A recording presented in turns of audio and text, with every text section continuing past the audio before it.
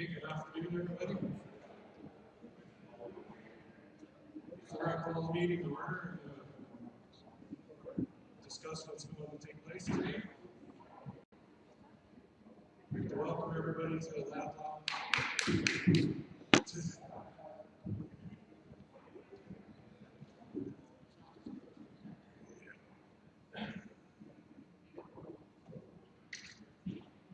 Okay, welcome everybody to the public hearing for the land use bylaw amendments. Before we begin here, in case of emergency, every hour we're going to take a break just to give everybody a minute to go to the washroom if they have to. The process today is as follows. Presenting will take place from our consultant, V3. Then the public hearing will be presented for and against. When speaking, please come to the delegation table here. Each presentation will be no more than 5 minutes in length.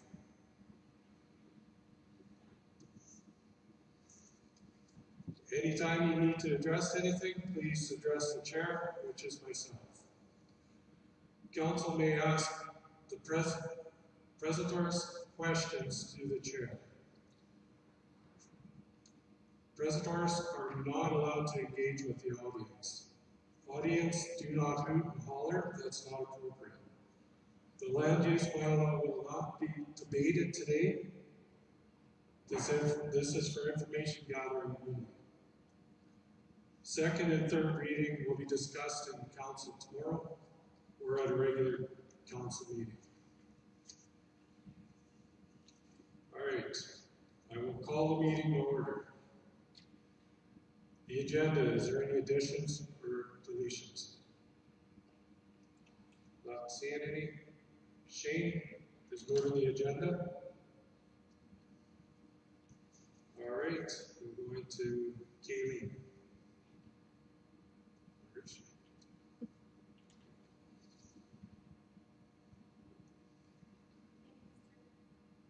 Test.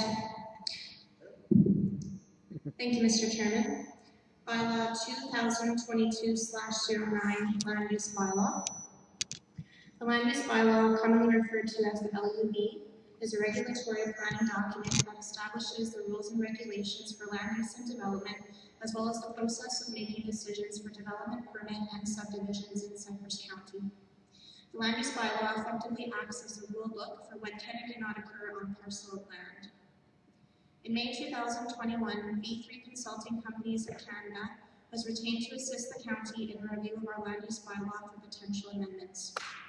As part of the process, the project team hosted various opportunities for stakeholders to become involved in the project, including a virtual information session and various workshops to discuss the existing and draft versions of the land use bylaw.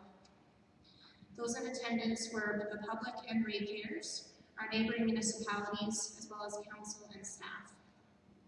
The workshops were held from June 17th through 18th, August 25th to 26th, and February 24th to 25th of this year. The registrations were by maximum occupancy, registration only to comply with the public health orders in place at the time. And the final opportunity for stakeholder engagement is today as part of the public hearing process. Under Section 639 of the Municipal Government Act, every council of a municipality must pass a land use bylaw. Cypress County's land use bylaw requires amendment to ensure that it is updated and current with other statutory plans, including the newly adopted Municipal Development Plan, and that is flexible enough to embrace future change, and that it reflects community consultation while providing certainty to landowners and developers. Section 639 Land Use Bylaw of the Municipal Government Act states that every municipality must pass a land use bylaw, and in preparing a land use bylaw, must consider the protection of agricultural operations unless the Land Stewardship Act regional plan requires agricultural operations to be protected, conserved, or enhanced, in which case the municipality must comply with the regional plan. Section 640, subsection 1 states that a land use bylaw may prohibit or regulate and control the use and development of land and buildings in a municipality. A land use bylaw must divide the municipality into districts of the number and area that the council considers appropriate. Designated direct control district. Prescribe with respect to each district one or more land uses of land or buildings that are permitted within the district. Establish a method of making decisions on application for subdivision and development permits. Provide for how and to whom notice of the decision of a development permit is to be given, and establish the number of dwelling units permitted on a parcel of land. The government of Alberta has adopted the South Saskatchewan Regional Plan, which states that the government will take a more intentional approach to economic development by providing strategic and responsive policies and tools that better connect and leverage Alberta's advantages. Municipalities are responsible for the planning and development processes that ensure land is available for development such as residential, commercial, and industrial lands, municipal roads and water, and wastewater to accommodate population growth. Decision makers in the region will need to deliberately cooperate and coordinate their planning to meet the physical and social infrastructure needs of their communities, and to ensure that the quality of life for all residents is enhanced in thriving urban and rural communities. When we circulated the draft land use bylaw, we received a comment from the Department of National Defence on behalf of CFB Suffield, stating that section 10.18 contains a clerical error, and the section should read exemptions to the Canadian Forces Base Suffield overlay rather than the Medicine Hat Airport overlay. Alberta Transportation replied that the primary objective is to allow subdivision and development of properties that are subject to review and comment by Alberta Transportation, pursuant to the control lines stipulated in the Highway Development and Protection Regulation and the Subdivision and Development Regulation in a manner that will not compromise the integrity and associated safe operational use or the future expansion of the provincial highway network.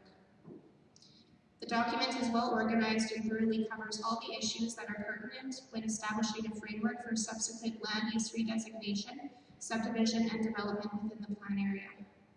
The document would also appear to have been prepared on sound planning principles and development strategies. And from Alberta Transportation's point of view, they have no concerns with the draft land use bylaw being adopted by the county. The County of Newell was circulated to, and they have no comments or concerns with the draft land use bylaw. The MD of Tabor replied that they have noted a significant change to the discretionary uses within the Agricultural District 2.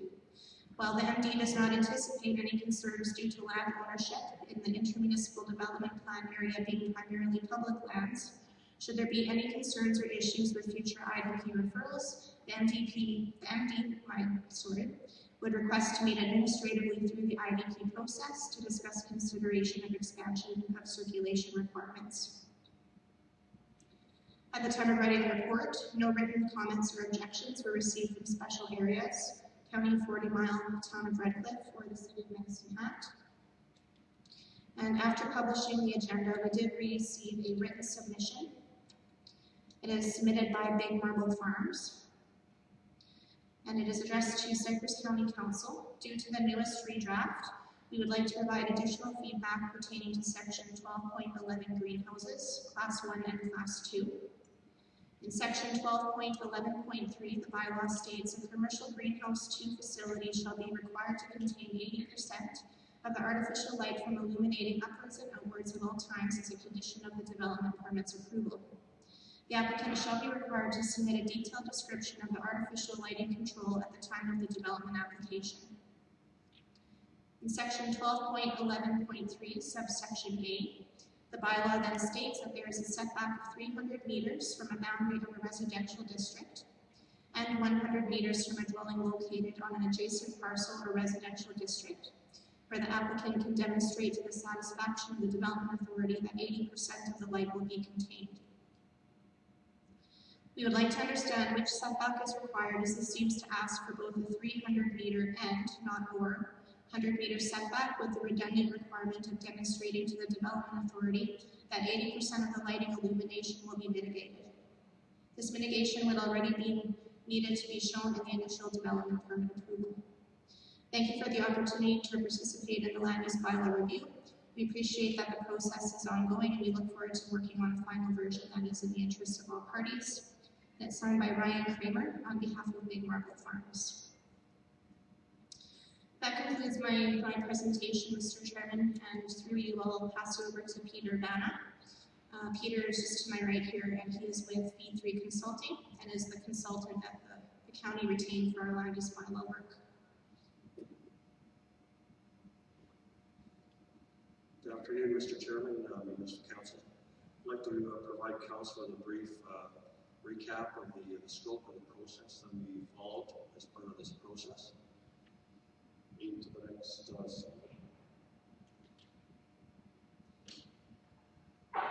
This project was initially started with the municipal development plan, and there were 4 key goals or purposes that were really involved as part of this initial process. One was to provide clarity and consistency through the documents, both the MVP and the land use bylaw.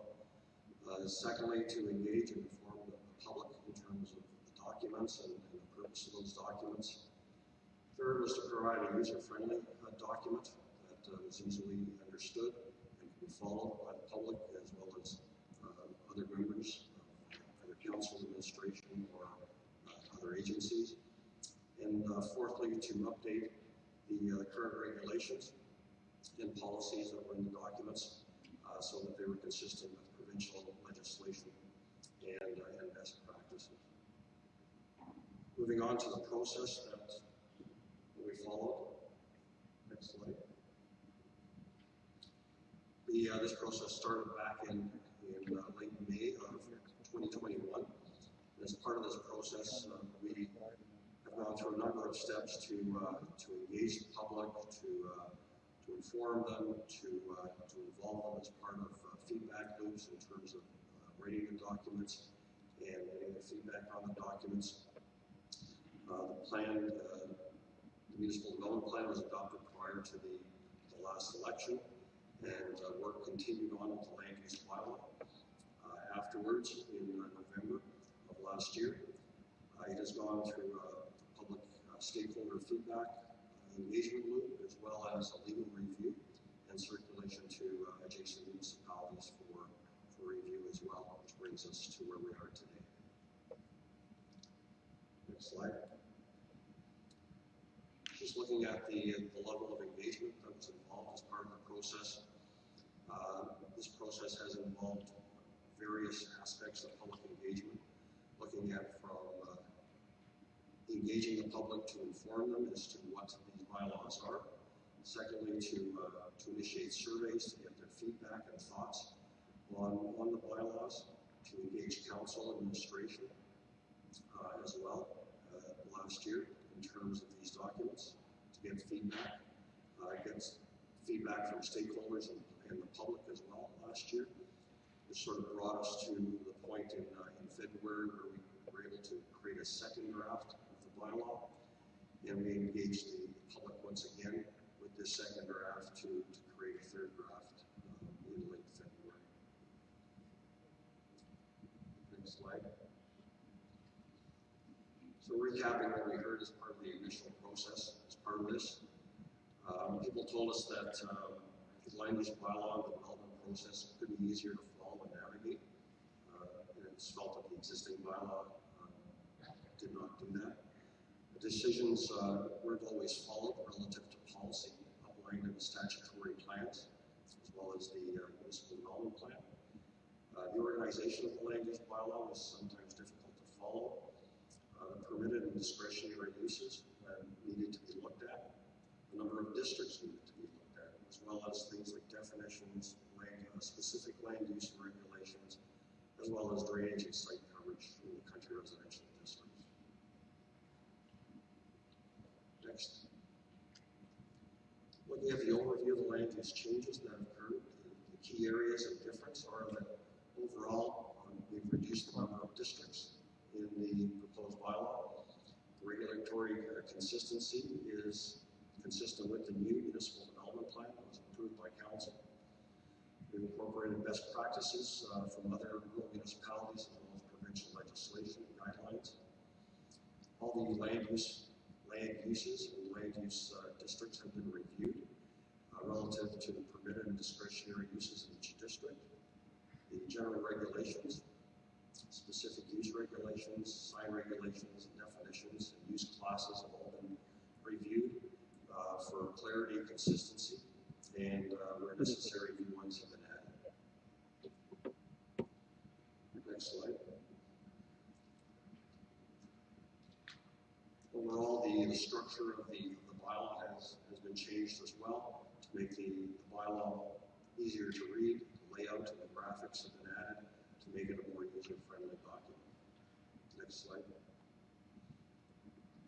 The overall changes, looking at those quickly, the overall bylaw is more readable and consistent in terms of its language throughout the document. A matrix of land use districts has been inserted into the bylaw and reviewed for consistency with each district. The comments and changes incorporated throughout the process have been incorporated. Each district has been reviewed for regulatory consistency and language. Each specific use regulation was reviewed for consistency as language as well, in compliance with other regulations such as municipal development plan and provincial regulations. Next slide. In terms of consolidated districts and districts that were changed, the A3 and A4 districts have been merged into the A2 general agricultural districts. The country residential homestead has been merged into the A1 ID agricultural district and the A2 general agricultural district. The Hamlet single family residential district has been merged into the Hamlet residential district. The rural commercial has been modified to make it a more local commercial district. And the schedules that were in back of the existing bylaws, schedules A to F, have been incorporated actually into the bylaw, into the specific or special use provisions that are in the bylaw. Next slide. Overall, the bylaw also has incorporated two overlay districts. The first one dealing with the Medicine Hat Airport, which is the airport vicinity protection area that extends out into the county. And the second one is CFB Suffield overlay, which was requested by the Department of National Defense in order to protect the airspace and the area around the base. Next slide.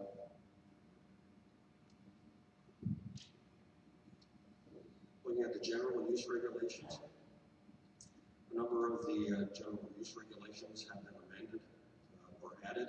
So those include things like drainage and site coverage, dwelling units on a parcel, keeping of animals, the minimum rights of way setbacks, objects and structures prohibited or restricted in yards, things like exterior lighting, stripping, filling, excavation, and grading, landfills, site servicing provisions, and substandard lot provisions. Those have all been looked at, and also in terms of the tree clearing provisions have been removed from the bylaw. Next slide. Other specific use regulations that were added or amended deal with the abandoned gas and oil well and setbacks from oil and gas wells have been amended. Accessory development and structure sections has been reviewed. The auto wrecking and salvage yards have been added. Bed and breakfast homes have been added. Campground section has been added. Commercial greenhouses, classes 1 and 2 have been added. Cottage industry, daycare facility have been added as well. Extraction and production of sand, gravel, and surface materials have been amended. And the fencing, landscaping, and screening sections have been amended and consolidated into one section. Next slide as well. In addition to those, home-based businesses, move-in buildings, storage containers, telecommunication towers, aerodromes, outdoor shooting ranges, recreation vehicle storage, secondary suites, solar energy commercial, and wind energy facilities, and work camps have all been either added or amended into the bylaw. Next slide. Looking at the development section of the bylaw, this section was reviewed relative to consistency of language and the development permit extensions and revisions section is added. Next slide. So to recap our second round of public stakeholder engagement, what we heard from the public as part of this engagement, overwhelmingly, a lot of the concern related to wind energy facilities and the need to be further away from hamlets and residential subdivisions. 5 kilometers was expressed by many. To retain wind energy facility overlay was also expressed, largely felt because of the process that was in place. Interest of landowners who have wind energy facilities was also expressed in terms of needs for their considerations. Existing regulations for new greenhouse blackout blinds and the 80% rule that's in the existing bylaw should be retained. Concerned about some uses listed as discretionary in the A1 IDP district, and those were expressed by both Medicine Hat and Redcliffe. In terms of how we dealt with the changes relative to the stakeholder, public administration, and also the legal review. So some of the changes that have been made to the bylaw that's in front of council today. So wind energy facilities, small scale and commercial, have been reviewed and amended to consider proximity to various types of residential development, and also relative to municipal development plans policy that was adopted by council. And the desire as part of this process in the MDP to allow for potential growth in the county to happen, and relative distance of those wind energy facilities to where hamlets could grow. Wind energy facilities, commercial, in the A1 IDP district was removed, and this was largely because of the concerns by Cypress County's neighbors, municipal neighbors. And greenhouse operations classes 1 and 2 were amended to retain the 80% illumination regulation, with the development authority also having the discretion to reduce the setback. And lastly, the industrial uses, the IDP, A1 IDP and the A2 districts, industrial uses were removed from those districts, largely after consultation with the adjacent municipalities.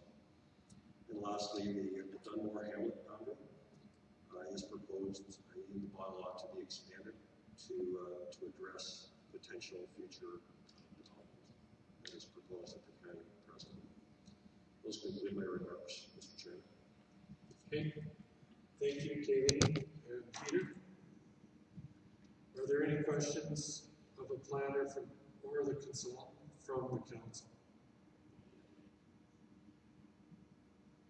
Okay, I'm not seeing any.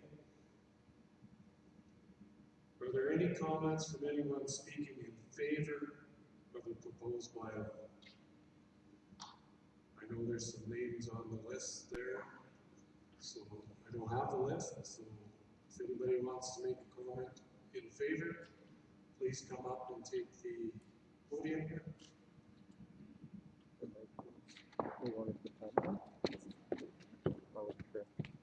The mic should be on there, and if you can just state your name for the records.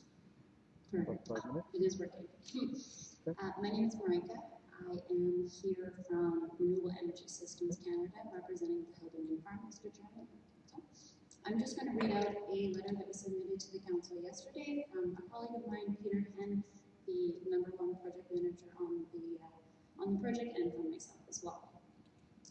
Renewable Energy Systems Canada, RES, as a representative of Hilda Wind LP, is providing hearing a written submission in accordance to the county's guidance on land use bylaw hearing to be held April 18, 2022. For several years now, RES has been developing and investing in the Hilda Wind project, a $150 million facility comprised of 20 turbines northwest of the hamlet of Hilda. The Hilda area was selected for its great wind resource and proximity to the transmission grid.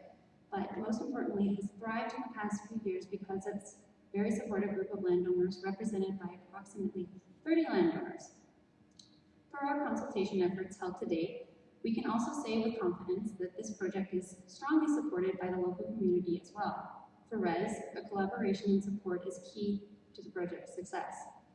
As indicated to Council recently, we are extremely pleased to have secured purchase agreements for the project's clean power, having attained all provincial and approvals to start construction in the spring and production by the end of the year. For the county and our landowners, this large-scale project will generate significant revenue and benefits by way of property taxes, landowner payments, community project support, and employment during the construction and operation phases. We will be announcing also shortly a bursary program for a member of the community to receive training in wind turbine maintenance. In essence, our project is ready to go. However, it requires that this land use bylaw be adopted without further delay to enable a timely start of construction this spring.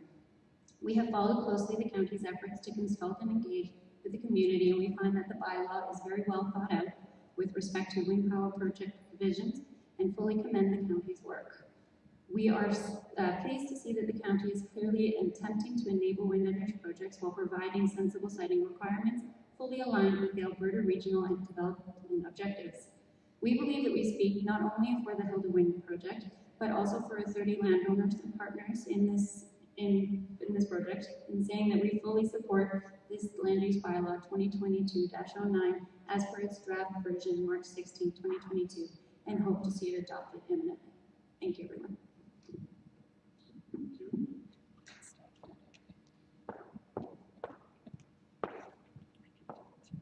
Is there anybody else speaking in favor of the land use bylaw? Good right now. Mr. Lance, just state your name for the. Mr. Chairman, councillors, and planning department, Gary Lance. Not necessarily speaking for or against the bylaw, but just a comment I would like to make about the planning system. I think that long-time property owners, landowners in the county need to be considered and factored in whenever developments are proposed, similar to the first in right, first in time, like the water rights. Now, a specific example of that would be my family has farmed and ranched at the present location since 1940. For many, many years, the nearest neighbor that we could see was 2 miles away. We had a beautiful, wide open viewscape. Now, in recent years, I've become surrounded by acreage owners and hobby farmers. And to be specific about the wind project, I had the opportunity to possibly receive some wind towers, but my neighbors have killed that because it's going to spoil their viewscape. And I would like to point out that my viewscape was spoiled when these people moved in. I can't look in any direction now without seeing cages, yard lights at night, and that sort of thing. So I just hope that council can take into consideration, situations like this when you're doing your decision making. I never opposed any of the neighbors moving out there, perhaps in hindsight. I should when the various locations were presented to council, but I was trying to be a good neighbor, and as you can see, it has backfired on me. So my retirement plan is gone. I guess that's probably about all I have to say about it. Thank you. Mr. Lance. Is there anybody else to speak for the land use bylaw?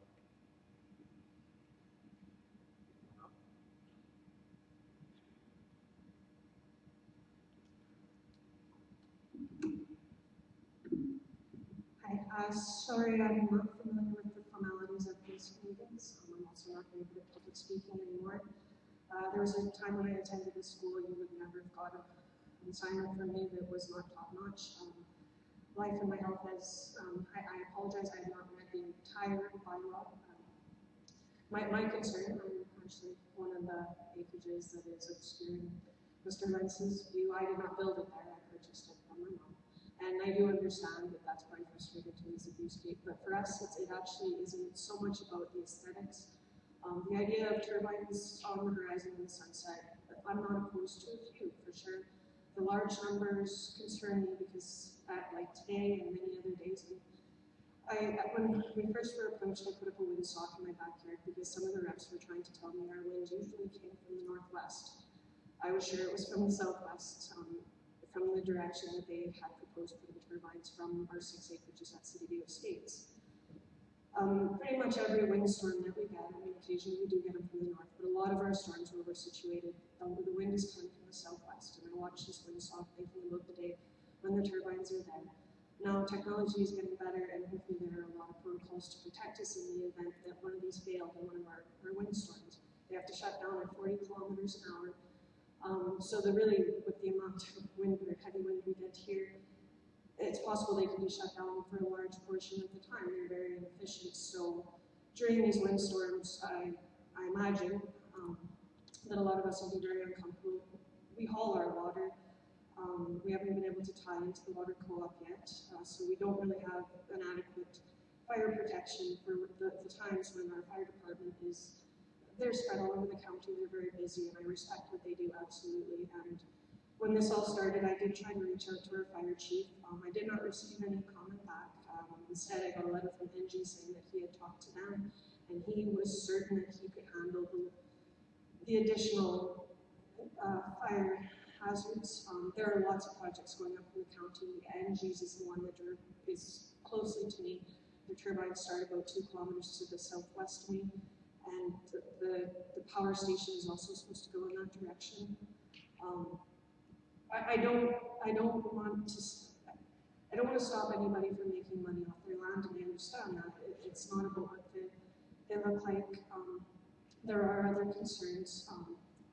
The fire is the biggest one that affects me personally. I did lose a couple of interested buyers when I told them that they were planning on putting the wind farms up, but there's people that might like them too. So my other concern is, are we doing this for money or are we doing it for the environment? We keep calling it green and clean technology, but I have video footage and lots of it of thousands of geese that aren't directly where this proposed project, the NG one, and I'm sure there's other areas throughout the county where this is the same case. The locals, we see these, and it's not just geese, there's seagulls, there's birds of prey, and the gophers are out of control. Already, what happens when these turbines start swatting our avian predators out of the sky? And in the States, a company recently admitted guilt and received an $8 million fine because their project was knocking these bald eagles out of the sky. They will receive an additional $30,000 fine every time that happens in the future, but it acknowledges that they are affecting the avian populations. If we're doing this for the environment, those sorts of things need to be discussed further because it's going to affect a lot when you fill up an entire county with turbines, because that is the goal. This one project isn't my only concern. There's many other concerns people bring up, like raising power costs. I know the price cap recently was removed. We look at what happened in Ontario, people complaining about their energy prices out there. There's so many issues, and I apologize, I'm not very well prepared, but I did want to say that it really isn't just how they look. I actually don't mind the appearance, and I do agree that the technology should continue to be investigated. But the fire and the environment are also big concerns, so it's not that we're trying to begrudge anybody. Thank you. Can you say your name? Okay. Sorry, Amanda Warburg. Thank you. You know how to do it. Okay, is there anybody else in favor?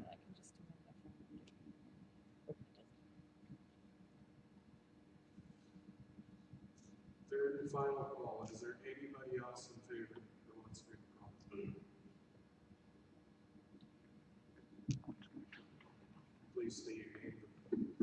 Hi, I'm Devin McNeil. I'm a farmer out at Hilda, and I am just, I'm not saying I'm for or against any of your bylaws. I just thought I would like to get your attention that there's just something that is not been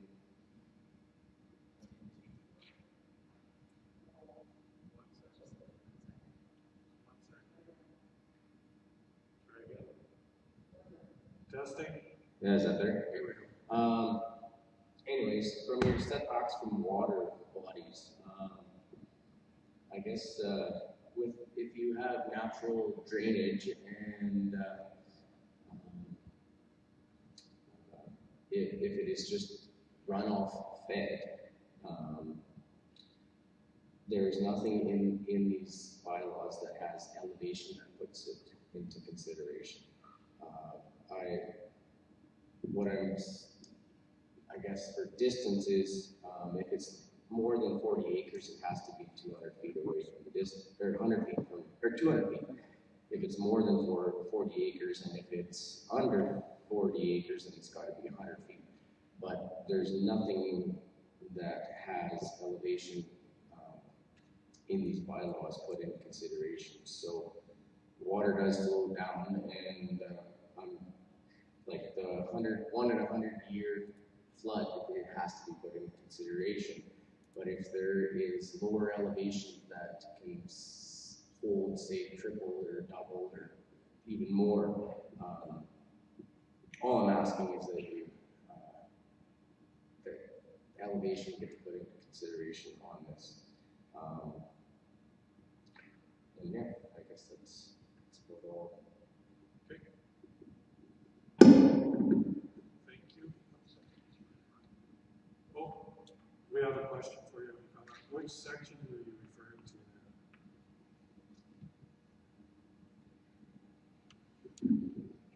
Sorry about that. Section 57, 2, A and B is the distances for setback of lot boundaries. Okay. Thank you. Thank you very much.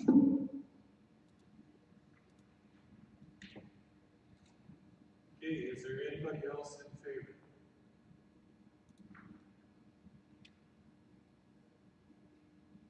This will be the third and final call. Is there anybody else in favor that wishes to speak? Okay. Is there anybody, are there any comments or anybody speaking in opposed of the land use bylaw?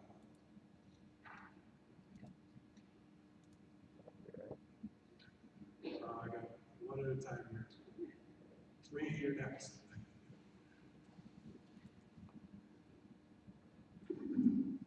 Mr. Chairman, Albert Kramer from Big Marble Farms. For the greenhouse section for the 300 meters, I guess we're a little bit confused of what it really means.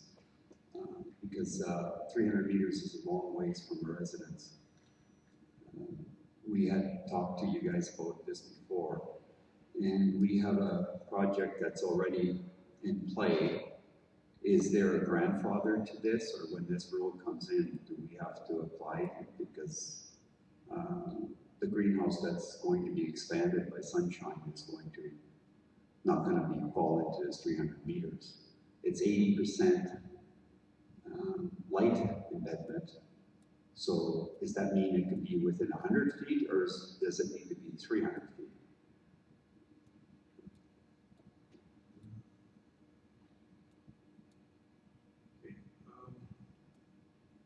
That's a question. I know we're not supposed to take any questions. You're supposed to give what you want.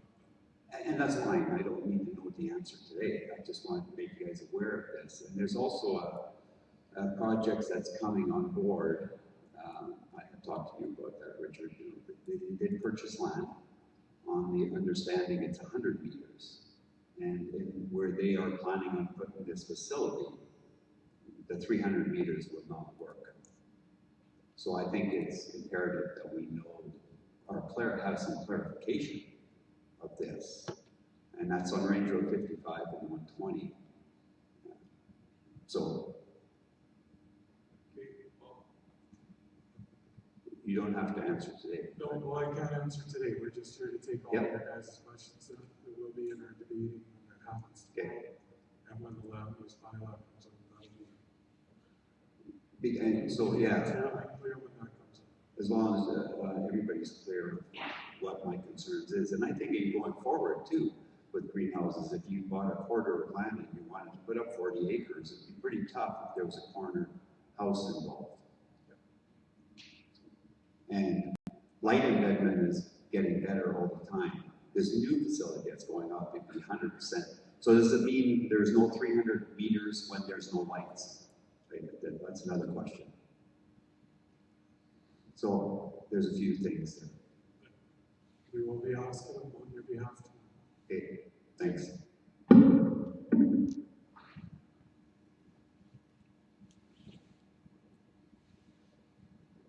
was going to ask for next person, but we know he's already on his way out. State your name, then we have your 5 minutes. Okay, don't start my clock yet. You're My name is Wade Watson. I'm a multi-generational landowner in Buffalo Trail Wind Project. I'm also an appraiser with 33 years experience and multiple time qualified Court of Queen's Bench expert. I presented you with a booklet that I'm going to speak to today. Of course, my time would not allow further reading of it, but you can read it at your leisure.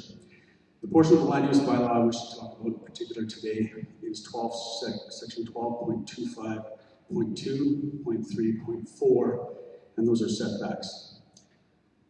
Section 1 of my binder states clearly, in Alberta, applications for locations of wind turbines are set at the sole discretion of the AUC. The Municipal Government Act states in section 619, an approval by the AUC prevails over all bylaws. By implementing arbitrary, discriminatory setbacks for the land use bylaw, Cypress County knowingly misrepresents its authority.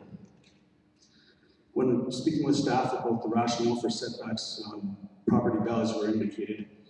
In section 2 of the book, I have 10 studies of 1.3 million sales transactions over 15 years in 3 countries that found there are no negative impact to adjacent property values from wind turbines. Section 3 of my booklet shows some precedence cases. Number 1 is the AUC decision regarding the Bull Creek Wind Project and Mothers Against Wind Turbines versus Ontario at the Supreme Court of Ontario. The conclusions at both of those cases were there was insufficient evidence to support claims of tower collapse, blade failure, fire hazard, effects of gas well, shadow flicker, human health hazards, noise, harm to a school 2 kilometers from the project, and ice throw. Also, there was no negative effects on migratory patterns of butterflies. Section 4 of my booklet is some land property review tribunals, land property right tribunals. So, number 1, the Land Property Rights Tribunal will not allow counties to unduly set setbacks for wind towers. There's no evidence to support land value loss in the Gustus versus Plaintiff. The Alberta Court of Appeals stated in Borgell versus Plaintiff, it is apparent that the purpose of section 619 of the MGA is to reduce regulatory burdens and increase administrative efficiency and consistency.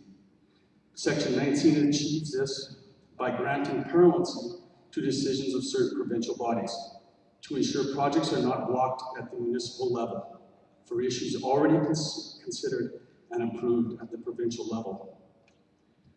Section 5 of my book shows you, in the first picture, it's Rattlesnake Ridge was recently constructed 4.1 kilometers from my dad's house. I took pictures from his front deck morning and evening, and as you can see, 4.1 kilometers away, those turbines have 0 effect on his property. The Bird Anderson acreage across the road, 4 kilometers from the project, sold in 39 days with an asking price of $649,000 after the permit and during the construction phase of the project. The new owner is renovating and adding on to make an investment of over $1 million on that property. I'm sure he doesn't consider property value loss from Rattlesnake Ridge. The Brock Springs Wind Project is 4.4 kilometers from the closest residence. Alderman Hirsch and I discussed this, and he states there have been no complaints from residents, and the future growth area for the residents will be closer to the turbines. In conclusion, the land use bylaw conflicts with the Municipal Government Act. Section 619 states a license by the AUC prevails over any land use bylaw. The Municipal Government Act also states if there is a conflict between a bylaw and this or any other enactment, the bylaw is of no effect.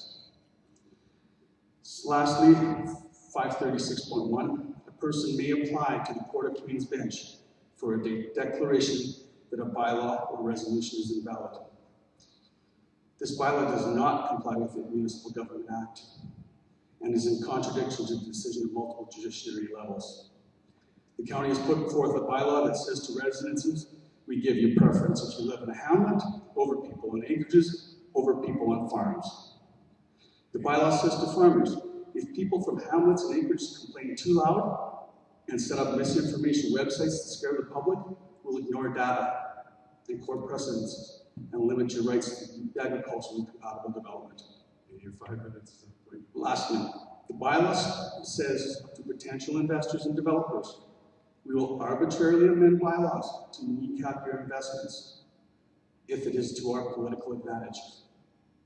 If this bylaw proceeds as is through second and third reading, our landowner group and industry partners are preparing with this and additional evidence to proceed to the Court of Queen's Bench. Thank you very much. Is there any questions for Wade?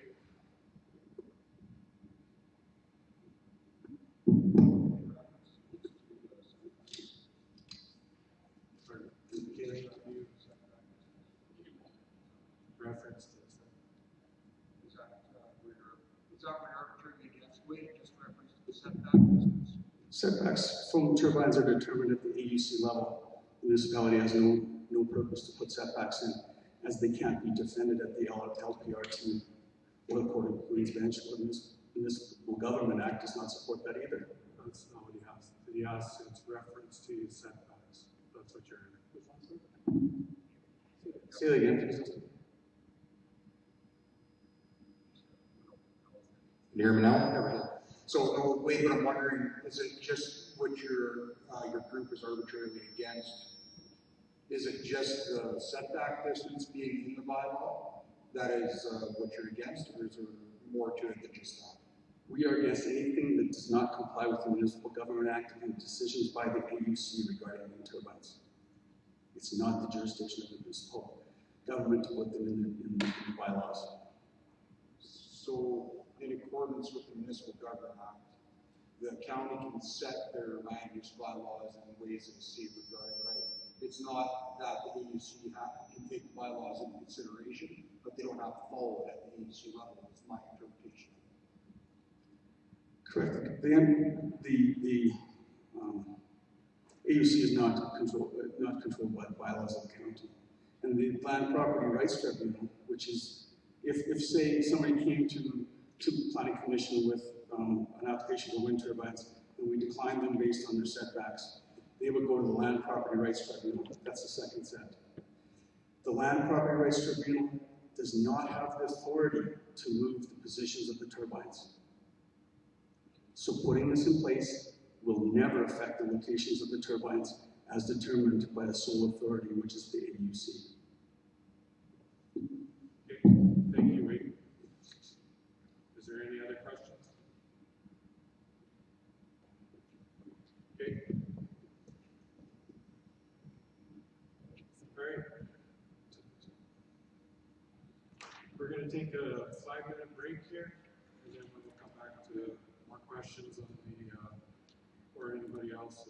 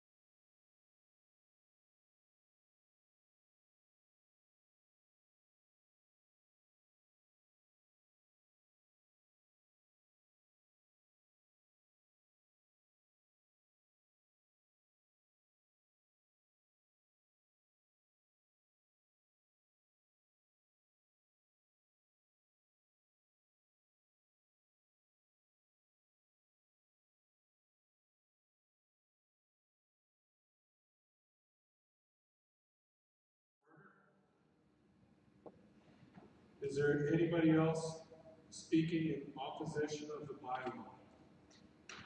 Come forward.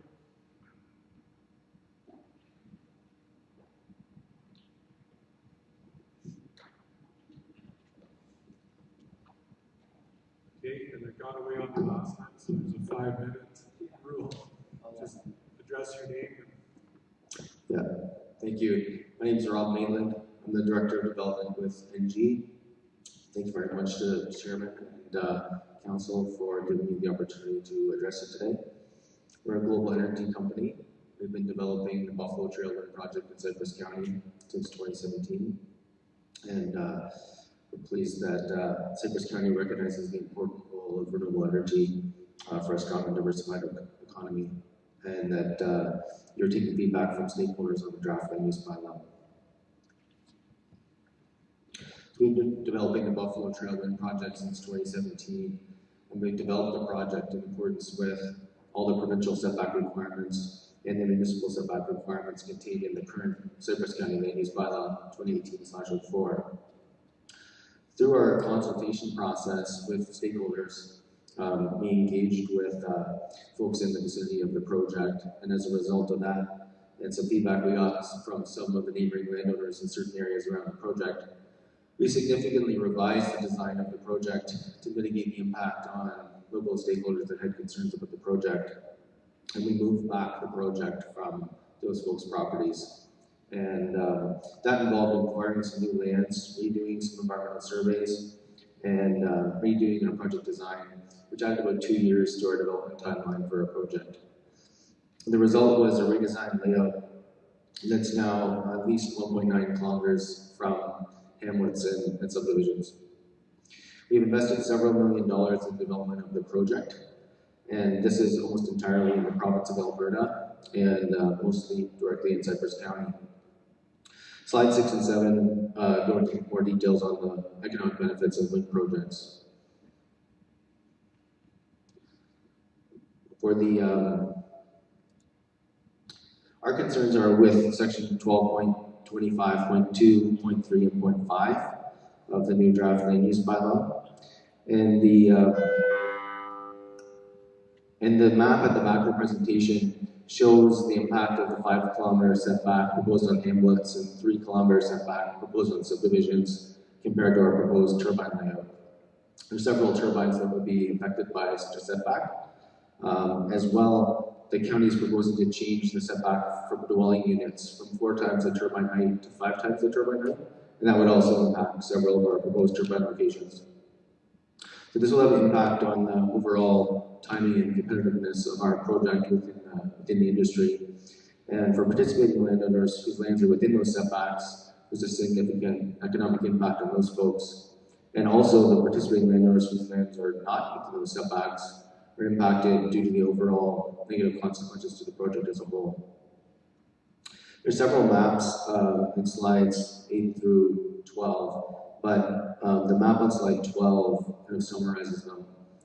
So there's our project layout is over 2.6 kilometers from the residential lots in the hamlet of Dunmore, over 2.5 kilometers from the current boundary of the hamlet of Dunmore in the current land use bylaw. As was noted at the beginning of this presentation, the boundary is proposed to change, and we're 1.9 kilometers from the proposed revised Dunmore boundary. And we're over 1 kilometer away, even from the Dunmore growth area that's defined in the Dunmore area structure plan. We're also 2 kilometers away from all subdivisions.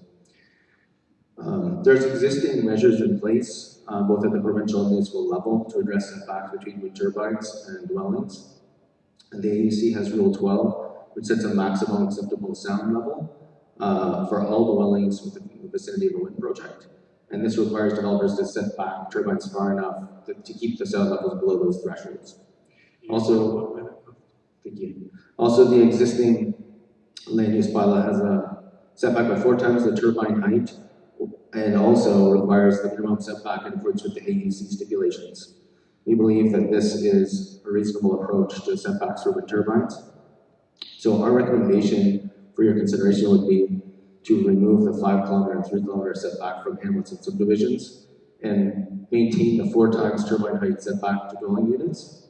However, alternate solutions that we propose on slide 14 are that if there was a 1.9 kilometer setback to hamlet boundaries and subdivisions, that would not affect our project.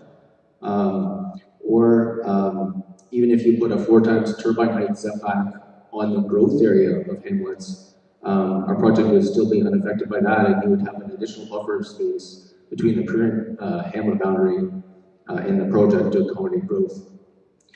Another option would be for projects that have notified the county prior to the issuance of the draft land use bylaw on February 4th of this year to apply the previous setbacks to such projects.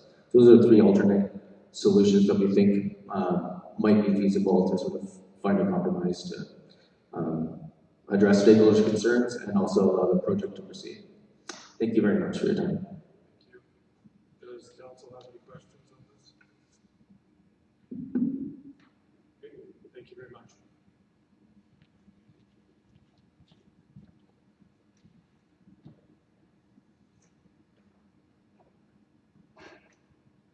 Okay, is there anybody else opposed to the land use bylaw?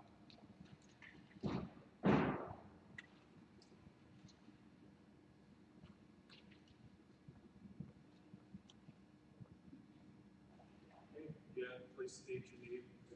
We're trying to stay in that 5-minute break. Yes, I will be. My name is Lee Schmidtick. My family and I have farmed south of Dunmore and have signed a contract with NG to put wind turbines on Buffalo Trail Wind Power North project. My family and other participants in our area have been landowners for 120 to 130 years. We've endured obstacles ranging from floods, diseases such as BSE fires, plow winds, grasshoppers, gophers, and drought. We are currently, by the looks of things, in year 6 of a drought that has impacted all parts of agriculture industry. These are all challenges that we knew about when we signed up to be farmers and ranchers. NG has come along and offered to lease some of our lands to put wind turbines up. These contracts that we have signed are far from a quick get-rich solution, but they do provide a safety net and opportunity for future generations to continue to operate as a family business. I'm not going to talk today about financial investment between rural and urban areas, because this is apples and oranges. Like I previously said, our family farms have been around for 120 to 130 years. This is not an investment, but this is a dedication. Some of our urban neighbors that live in hamlets or acreages buy and sell their properties on a considerably shorter timeline.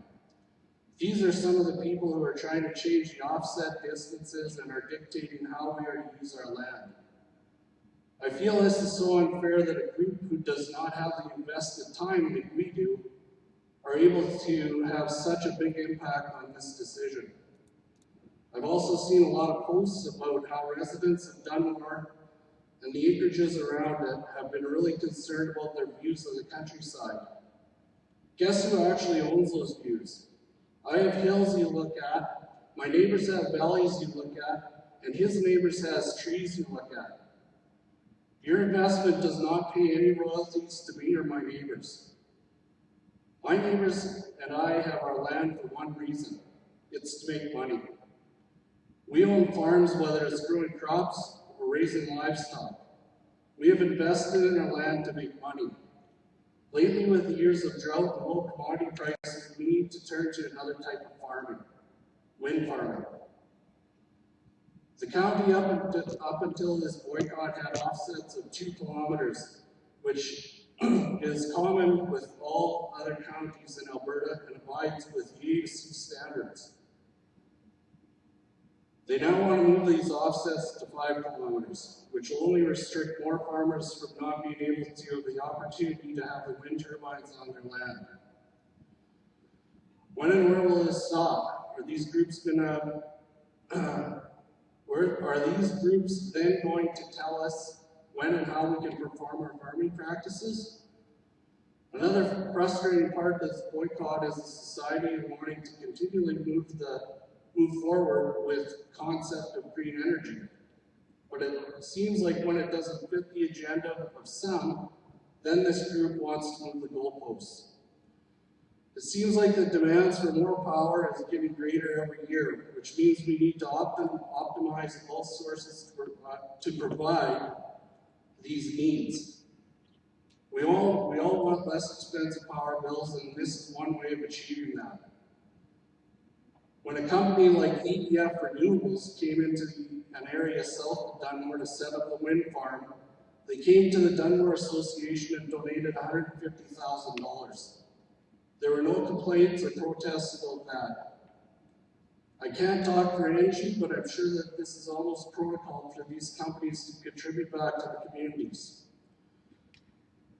So in closing, I'm asking today that our councillors vote for the 2-kilometer offsets to remain in place. I know most of you are also farmers and ranchers, and this 5-kilometer offset may one day impact a project that you may want on your land. Thank you. Any questions from the council? Thank you. Is there anybody else opposed?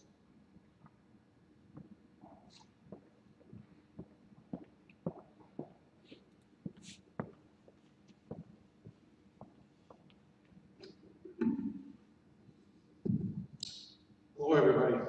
Name Jason Tweeden, President, Action Land Environmental.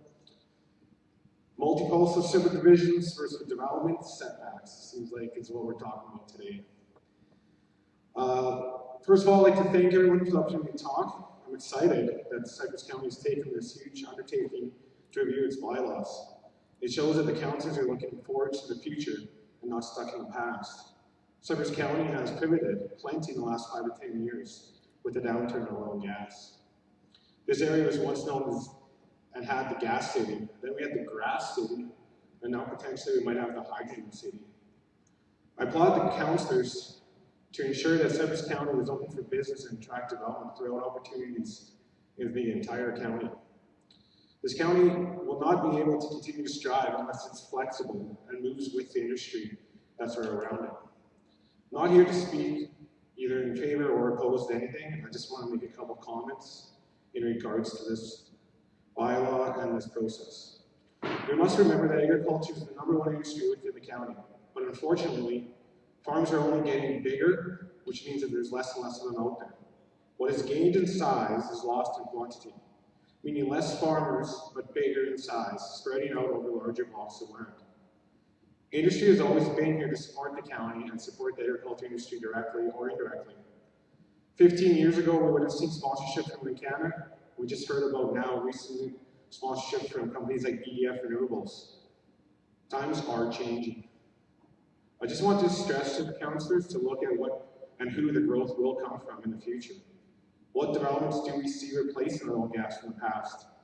What sector or industry do we envision being the next backbone for the county? I hope that there isn't just one of them. Honestly, diversity might be the best for the county, and proving over the past that one sector with a downturn can continue to have other sectors prop it up. Diversity is the backbone for our local business. With Land Environmental, we are working with development of all kinds throughout the county. Majority of these developments are actually outside of oil and gas. One thing is common with all of them is flexibility. Flexibility to move a location and not have to follow some seismic data or well logs that require precise locations to ensure the best results. Flexibility to work with area stakeholders and find a location that is acceptable by all. Many of the developments that are outlined today aren't even really affected very much by this bylaw change, such as landfills, sewage lagoons, gravel pits, oil and gas wells. Not really any change at all.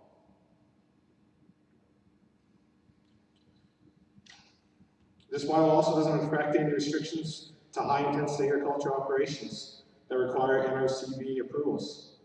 12.9.1 indicates confined feeding operations are regulated by the Natural Resource Conservation Board, NRCB, in accordance with provincial regulations and are exempt from municipal control under this bylaw. Regardless of subsection 12.9.1, confined feeding operations shall be consistent with the applicable policies for development plan, and minimum setback separation, MDS, on the provincial regulation calculator. For all of those that are unfamiliar with that, a 1,000 head feedlot right now with that calculator would have a setback of 380 meters. A 75,000 head feedlot like the one in Brooks would have a 4,000 meter or 4 kilometer setback from Dunmore. As indicated earlier today, 300 meters is a long distance. Imagine what 5 kilometers would be. The one bylaw that this also takes into consideration is and adds is solar farms, commercial use solar farms to be precise, which we've all seen a huge uptake in. Looks like I'm running out of time, so I better speak a little quicker here.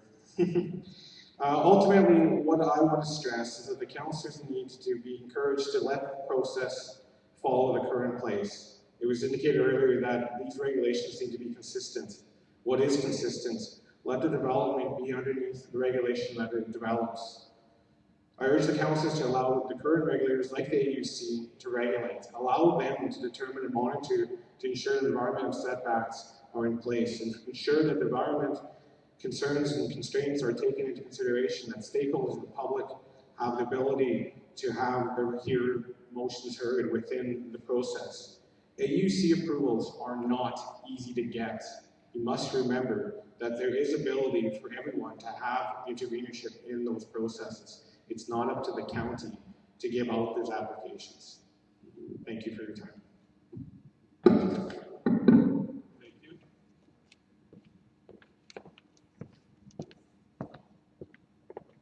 Is there anybody else speaking in opposed to the land use bylaw?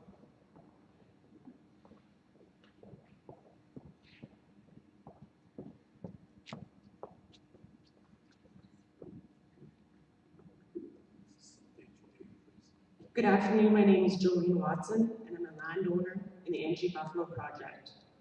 My message today is short, and it's going to mirror most of the other property owners that are here. We are 5th generation ranchers on this land, as most of my neighbors are. I'm here to defend my property rights, as I have for over 100 years on this land. I'd like to ask the County of Cypress, what makes the homeowners in Dunmore and the acreage owners have a larger voice than somebody like me, a landowner? I had been producing food that these homeowners and acreage owners consume at the grocery store.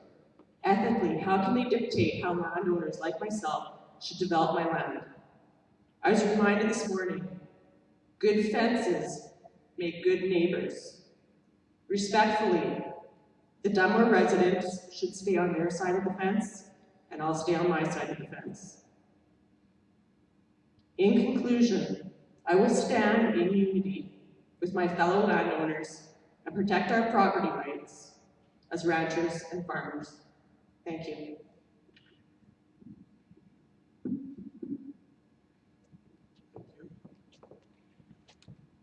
Is there anybody else to speak?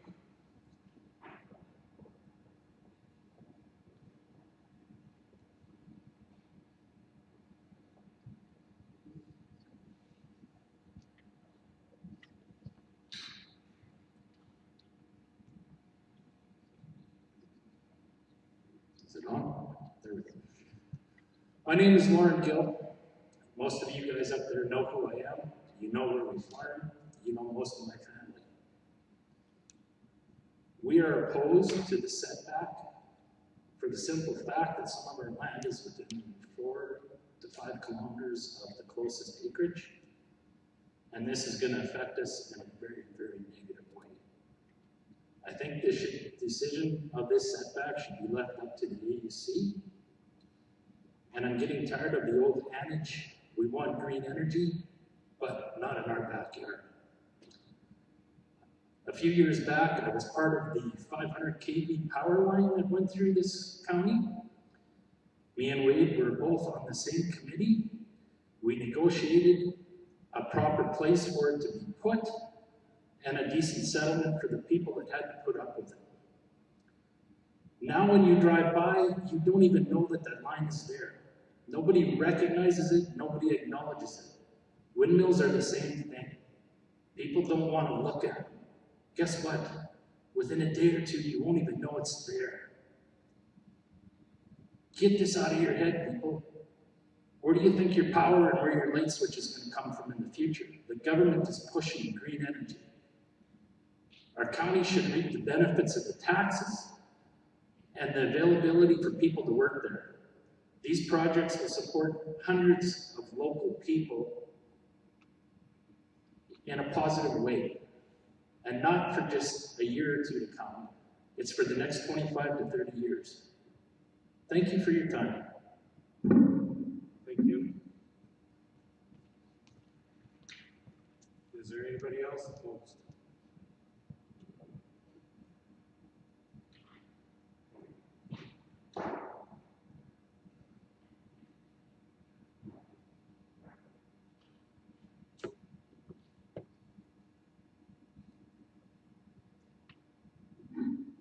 Hello everyone, and thank you here for another typical windy day in southern Alberta. My name is Teresa Rinke. My husband and I, we just live south of Dunmore here, and we've worked very hard and sacrificed a lot of luxuries, such as vacations, fancy vehicles, boats, jewelry, just to be able to say we're fortunate to have raised a fifth generation family in Cypress County. Our families have lived, worked, farmed, and paid taxes in Cypress County for over 100 years. Over the past 40 years or so, lots of farms have sold off parcels for acreages. And I see there's a couple on the docket tomorrow as well, so it's a never-ending thing. This is great because it allows people the privilege to live as country residents. But country living isn't always rainbows and ponies. You actually have to live and be surrounded by farmland. And the question I have to all those people is, what was in the bylaw when you moved here? Was it 2 kilometers or was it 5 kilometers? I'm pretty sure I know the answer to that, but I think they should ask themselves that. I find it's kind of a... Hold on. You want to give her the other mic? I'll give her this. Yeah. Do you have the other? Right here. Sorry. You killed the battery. Oddly enough, you're talking.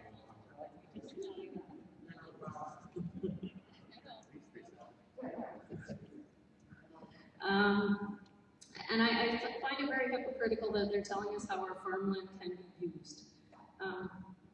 Landowners and NG, we signed up with a certain set of rules with Cypress County, and the rug was pulled out from underneath us when the councillors asked that the bylaw be changed to what the AUC is stating. And where will this end if we don't stand up and say no now? The bylaws might be asked to be changed just because people don't like to be in the vicinity of combine dust or grain bins. Ripening canola is a big one. Then maybe they don't want to see a dugout or corrals or a windbreak, cattle being hauled, cattle breeding, bulls being sold, daycares, swimming pools, yard lights, billboards, motorcycle tracks, hydrogen facilities, etc., etc.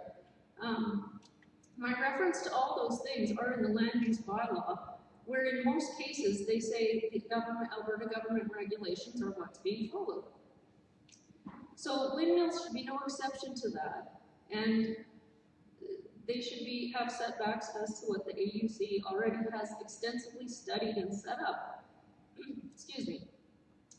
And windmills are planned so that they're going to be in farmers' backyards. Your home 2+ kilometers away, probably not even facing the direction of the windmills, will have a minimal effect on your daily life other than the course of money coming into Cypress County to the residents. Frankly, I think voting no to the bylaws, the changes in 12.25, 2, 3, and 5, is council standing up for property rights and promoting family farms for the future in Cypress County. Thank you. Do you have any questions? Not seeing any questions. Okay, thank you.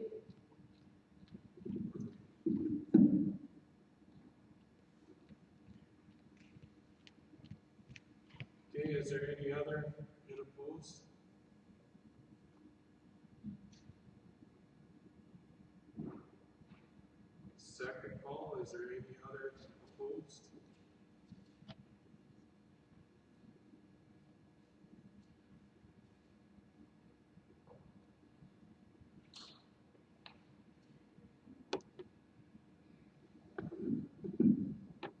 My name is Blair Reed, farm just south of Dunmore here. I know everybody in council knows me. My question is not before or against. Sorry. My question is about the compensation we're picking up for recreation for the community. $150,000 for a $500 million project, to me, is like a slap in the face. This council could stand up stronger than that. We should be looking at $10 million, as they did when they gave $10 million over 5 years for 13 sage grouse. Nobody even talks about it anymore. I'm talking about community recreation. Why should we have to go out as community members and try and raise money for a rink or a roof on a small little rink for kids to play, or the equestrian center, which is near my heart, or a baseball diamond that's doesn't have both of those in it. There's a lot of things we can do with $10 million for recreation in this county, and I think that's what we should be reaching for instead of the $150,000 that we've offered or whatever we negotiated already. I worked with the Warren Rocket crew when they put the power lines through, and it was yes, yes, yes, we're going to donate to you, we're going to donate to you. As soon as the power lines were done and we pulled out of this area, they won't answer the phone anymore. So I'm just saying up front, before these windmills go in, we should be negotiating a lot harder than what we're doing for the present community. Thanks very much for your time. Thank you.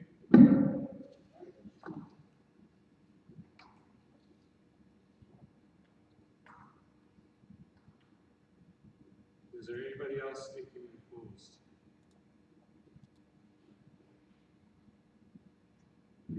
Third and final call. Is there anybody else speaking opposed to the bylaw? Land use.